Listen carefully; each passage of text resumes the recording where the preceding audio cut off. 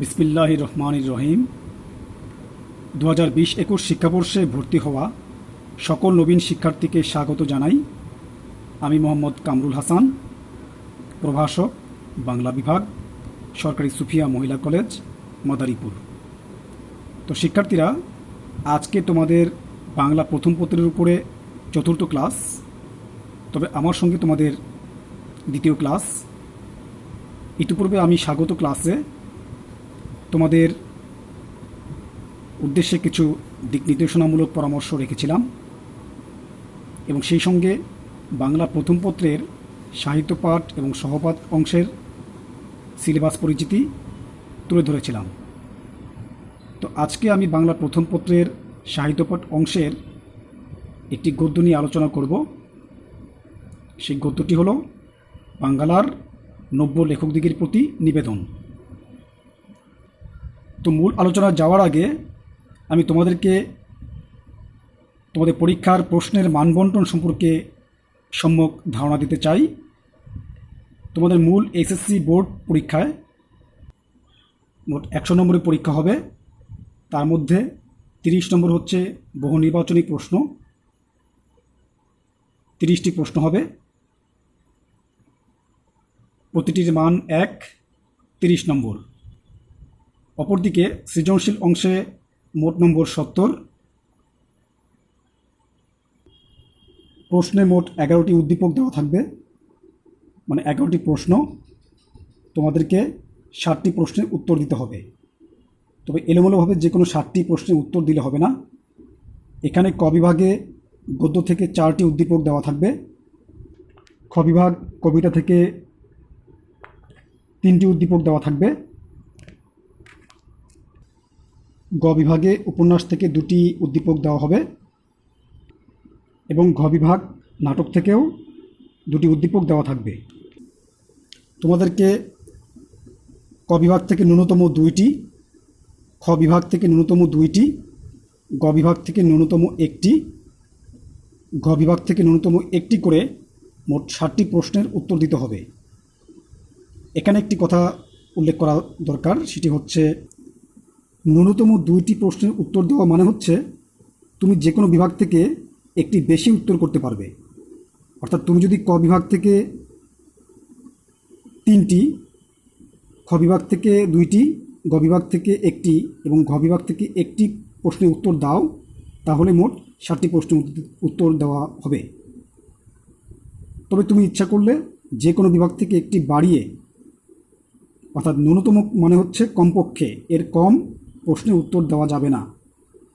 এভাবে করে 60টি প্রশ্নের উত্তর লিখতে হবে। তোমরা দেখতে পাচ্ছ প্রতিটি উদ্দীপকে 4টি অংশে প্রশ্ন হয়, ক, খ, গ, ঘ। ক এর প্রশ্নকে বলা হয় জ্ঞানমূলক প্রশ্ন, খ এর প্রশ্নকে বলা হয় অনুধাবনমূলক প্রশ্ন, গ এর প্রশ্নকে বলা হয় প্রয়োগমূলক প্রশ্ন এবং ঘ এর প্রশ্নকে বলা হয় উচ্চতর দক্ষতামূলক প্রশ্ন। ক এর জন্য 1 নম্বর বরাদ্দ, খ এর জন্য 2 নম্বর বরাদ্দ, গ এর জন্য 3 এবং ঘ এর জন্য 4। এভাবে প্রতিটি উদ্দীপকে 10 নম্বর। আর 60টি উদ্দীপকে উত্তর করলে 7 10 70 নম্বর। তোমাদেরকে কিন্তু মোট 28টি প্রশ্নের উত্তর লিখতে হবে, কেননা প্রতিটি উদ্দীপকে 4টি প্রশ্নের উত্তর দিতে হয়। তো মানবন্টন এবং প্রশ্ন পদ্ধতি এবং উত্তর পদ্ধতির এই বিষয়টা খুব ভালোভাবে তোমাদের মনে রাখা প্রয়োজন। তো এখন আমি তোমাদেরকে বইয়ের সম্পর্কে ধারণা দিতে চাই। তোমাদের নতুন পরিমার্জিত সংস্করণ অনুযায়ী, পরিবর্তিত সিলেবাস অনুযায়ী এই বইটি, যে বইটি দেখতে পাচ্ছ, এই বইটি বাজার থেকে তোমাদেরকে কিনতে হবে। জাতীয় শিক্ষাক্রম ও পাঠ্যপুস্তক বোর্ড বাংলাদেশ কর্তৃক নির্ধারিত এই সাহিত্যপাঠ নতুন প্রচ্ছদের এই সাহিত্যপাঠ বইটি, উপরে মুজিব বর্ষের লোগো সম্বলিত এই বইটি তোমাদেরকে কিনতে হবে। এটি বোর্ড বই, সেই সঙ্গে সহপাঠ বইটিও কিছুটা পরিমার্জিত সংস্করণ প্রকাশিত হয়েছে। এই বইটিও তোমাদেরকে সংগ্রহ করতে হবে। তো ফিরে আসি মূল আলোচনায়। তো শিক্ষার্থীরা, তোমরা জানো যে তোমাদের বর্তমান পরীক্ষা পদ্ধতি এবং প্রশ্ন পদ্ধতি পুরোটাই সৃজনশীল। সে কারণে প্রশ্নে যে উদ্দীপক দেওয়া থাকে সেই উদ্দীপকের উত্তর করতে হলে তোমাদেরকে তোমাদের বইয়ের মূল যে পাঠ্যটি, গদ্য, পদ্য, উপন্যাস বা নাটক,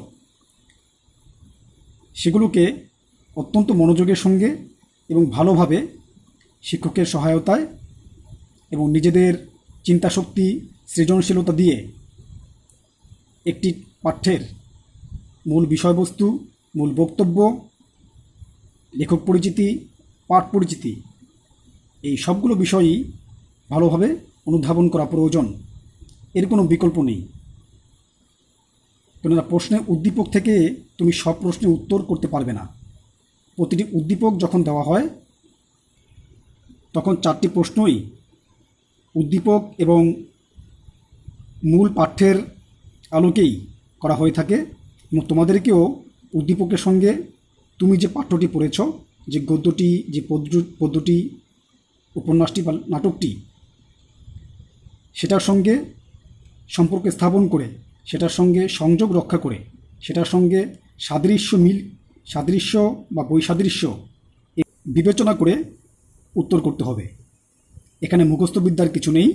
তোমরা যদি ভালোভাবে একটি পাঠ্যের একটি টেক্সট, অর্থাৎ গদ্য, পদ্য, উপন্যাস, নাটক এর বিষয়বস্তুটা ভালোভাবে অনুধাবন করতে পারো, তাহলে উদ্দীপকের প্রশ্নের উত্তর দেওয়া তোমাদের পক্ষে কঠিন কিছু হবে না। তো বাংলার নব্য লেখকদিগের প্রতি নিবেদন, এটি একটি প্রবন্ধ জাতীয় রচনা। এর লেখক হচ্ছেন বঙ্কিমচন্দ্র চট্টোপাধ্যায়। শিক্ষার্থীরা, একটা বিষয় তোমরা মনে রাখবে, একটি পাঠ্যের আলোচনার 2টি অংশ হবে। এটি হচ্ছে মূল পাঠ্যটি, মূল গদ্যটি বা মূল পদ্যটি, আরেকটি হচ্ছে সেই গদ্য পদ্যর সেগুলো লেখক বা রচয়িতা। অর্থাৎ রচনা এবং রচয়িতা দুটি আমাদের জন্য গুরুত্বপূর্ণ। অর্থাৎ মূল পাঠ্যটি আমাদের জন্য যেমন গুরুত্বপূর্ণ, তেমনি এর রচয়িতা বা লেখক, তার সম্পর্কে আমাদের ভালো করে জানতে হবে। তার জন্ম থেকে মৃত্যু পর্যন্ত তার উল্লেখযোগ্য সাহিত্য কীর্তি, এগুলো আমাদেরকে জানতে হবে। কেননা পরীক্ষায় বহু নির্বাচনী কিংবা সৃজনশীল উভয় অংশে লেখক পরিচিতি থেকে প্রশ্ন হবে। তো সেই ধারাবাহিকতায় আমি আজকে বঙ্কিমচন্দ্র চট্টোপাধ্যায় সম্পর্কে সংক্ষেপে কিছু বলবো। বঙ্কিমচন্দ্র চট্টোপাধ্যায়ের জন্ম 1838 সালে ভারতের পশ্চিমবঙ্গ রাজ্যের 24 পরগনা জেলার কাঁঠালপাড়া গ্রামে, আর মৃত্যু হয় 1894 সালে। বঙ্কিমচন্দ্র চট্টোপাধ্যায়কে বাংলা উপন্যাসের জনক বলা হয়। তার কারণ হচ্ছে তিনি সর্বপ্রথম ইউরোপীয় উপন্যাস চিন্তার আলোকে, উপন্যাসের শিল্প আঙ্গিকের আলোকে বাংলা উপন্যাস রচনার সূত্রপাত করেন। সেই হিসেবে দুর্গেশ নন্দিনী হচ্ছে তার প্রথম সার্থক উপন্যাস, এবং একই সঙ্গে এটি বাংলা সাহিত্যেরও প্রথম সার্থক বাংলা উপন্যাস। যদিও বঙ্কিমচন্দ্র চট্টোপাধ্যায়ের প্রথম রচিত উপন্যাস এই দুর্গেশ নন্দিনী নয়, প্রথম রচিত উপন্যাস ইংরেজি ভাষায় রচিত, যেটির নাম ছিল রাজমোহনস ওয়াইফ। আরও মজার ব্যাপার হচ্ছে তিনি কিন্তু উপন্যাস রচনা করেই তার সাহিত্য চর্চায় আত্মনিয়োগ করেননি। সাহিত্য চর্চায় তিনি আত্মনিয়োগ করেছেন কবিতা লেখার মধ্য দিয়ে, এবং সেই কবিতাটির নাম ছিল ললিতা তথা মানুষ। কিন্তু এসব কিছুকে ছাপিয়ে তিনি সমধিক খ্যাতি লাভ করেন বাংলা সাহিত্যের প্রথম সার্থক উপন্যাস রচয়িতা হিসেবে। যদিও তার আগে যে উপন্যাস বাংলা ভাষায় রচিত হয়েছিল সেগুলোর মধ্যে কিন্তু একটি উপন্যাস হতে হলে একটি উপন্যাসের যে আঙ্গিক বা প্রকরণ, একটি উপন্যাস হয়ে ওঠার জন্য যেসব শিল্প উপকরণ প্রয়োজন হয়, সেই উপাদানগুলো উপস্থিত ছিল না বলেই সেগুলো সার্থক হতে পারেনি। যেটা দুর্গেশ নন্দিনী লেখার মধ্য দিয়ে সার্থক উপন্যাস রচনার সূত্রপাত হয়। পরবর্তীতে তার এই উপন্যাস রচনার ধারা আরও বেগবান হয়, শক্তিশালী লেখক গোষ্ঠী তৈরি হয়। সবচেয়ে গুরুত্বপূর্ণ হচ্ছে তিনি একটি পত্রিকার প্রতিষ্ঠাতা সম্পাদক ছিলেন। পত্রিকাটার নাম হলো বঙ্গদর্শন, যেটি 1872 সালে প্রকাশিত হয়। পেশাগত জীবনে বঙ্কিমচন্দ্র চট্টোপাধ্যায় ছিলেন একজন ম্যাজিস্ট্রেট, অর্থাৎ সরকারি আমলা। 1858 সালে কলকাতা বিশ্ববিদ্যালয়ের অধীনে বিএ পরীক্ষায় উত্তীর্ণ প্রথম স্নাতকদের মধ্যে তিনি একজন। পাশাপাশি তিনি অত্যন্ত সাহসিকতার সঙ্গে সাহিত্য চর্চা আত্মনিয়োগ করেন। মূলত উপন্যাস এবং প্রবন্ধ রচনার অর্থাৎ ঔপন্যাসিক ও প্রাবন্ধিক হিসেবেই তার পরিচিতি সর্বাধিক। দুর্গেশ নন্দিনী ছাড়াও তার অন্যান্য উপন্যাসগুলো হলো কপালকুণ্ডলা, মৃণালিনী, বিষবৃক্ষ, কৃষ্ণকান্তের উইল, চন্দ্রশেখর, আনন্দমঠ, দেবী চৌধুরানী, রাজসিংহ, সীতারাম। ধর্ম, দর্শন, সাহিত্য, ভাষা ও সমাজ বিষয়ে তিনি উৎকৃষ্ট মানের কিছু প্রবন্ধ রচনা করেন। তার উল্লেখযোগ্য প্রবন্ধ গ্রন্থগুলোর মধ্যে আছে লোকরহস্য, বিজ্ঞান রহস্য, কমলাকান্তের দপ্তর, সাম্য, কৃষ্ণচরিত্র, বিবিধ প্রবন্ধ। প্রকৃতপক্ষে বাংলা গদ্য রচনার সূত্রপাত খুব বেশি দিনের নয়। 19 শতকে বাংলা গদ্য চর্চার শুরু। তো সেই শুরুর দিকটা ছিল অনেকটা অপরিণত। তো বঙ্কিমচন্দ্র চট্টোপাধ্যায় সেই অপরিণত অবস্থাকে একটি পরিণত অবস্থায় নিয়ে আসেন এবং সেই ধারা অব্যাহত রাখেন। বাঙালির চিন্তাশীল লেখক গোষ্ঠীর লেখা আরও গতিশীল করার জন্য তার ভূমিকা অনেক, অর্থাৎ বাংলা গদ্য চর্চার ধারাকে শক্তিশালীকরণে তার ভূমিকা অনস্বীকার্য। সাহিত্যের রসবোদ্ধাদের নিকট থেকে তিনি সাহিত্য সম্রাট আখ্যা পান।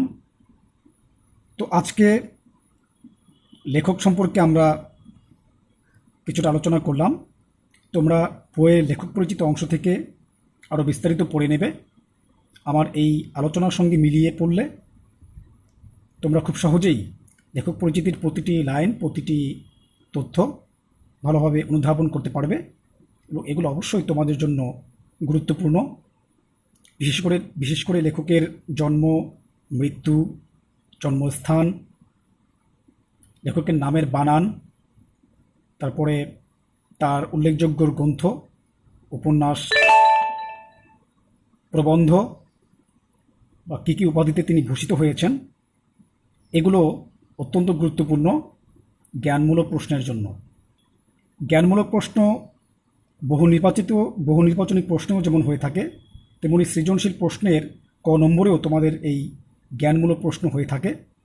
সুতরাং লেখক পরিচিতি, শব্দার্থ ও টিকা সেগুলো অবশ্যই গুরুত্বপূর্ণ। তো আজকে এই পর্যন্তই। আগামী ক্লাসে আমরা মূল পাঠ্য অর্থাৎ মূল গদ্যে প্রবেশ করব। সে পর্যন্ত তোমরা সবাই সুস্থ থাকো, নিরাপদ থাকো, ভালো থাকো, সেই কামনা। ধন্যবাদ সবাইকে।